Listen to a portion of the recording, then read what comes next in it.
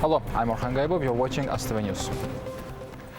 President İlham signed an executive order on the major overhaul of Amirli, Xanagali, Uğurbayli and Alpot, Garayusivli, Tumasli highways of Bərdə region.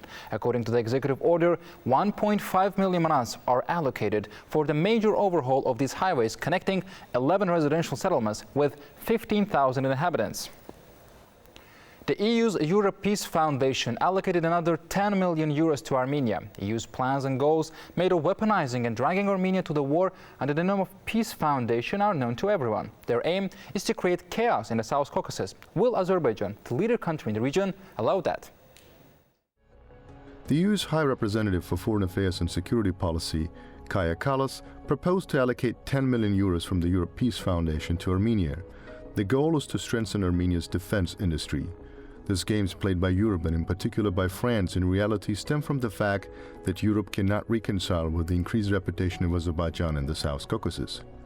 Losing its positions in Georgia and Azerbaijan, the EU is holding on to Armenia in order to compensate something by using it as a puppet. But with these actions, it does nothing but prevents peace in the region.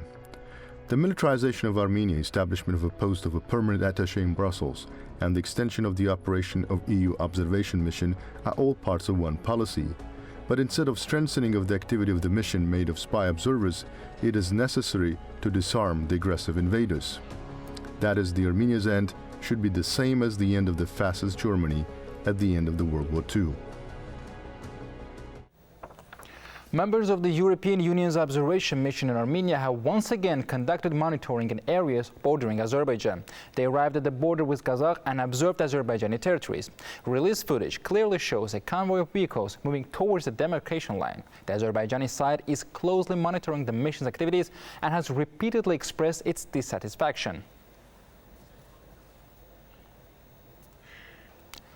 The Milli Meclis approved Azerbaijan's accession to the Charter of the Organization for Economic Cooperation of the 8 Developing Countries, the 8, signed in Islamabad on 22 November 2012. The document was submitted for discussion at the plenary session. The draft was put to a vote and adopted at first reading.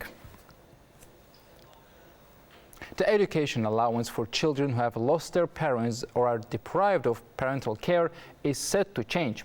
This is reflected in the draft law on amendments to the law on social protection of children who have lost their parents and are deprived of parental care, which was discussed at the plenary session of the Milli Meclis. Under the previous law, children in this category, as well as those who have left educational institutions, were provided with seasonal clothes, footwear, and one-off cash payments. According to the new draft law, from now on, a lump sum allowance will be paid in the amount determined by the body established by the competent executive authority. In addition, the uncertainty about the period for which the average salary is calculated has been removed.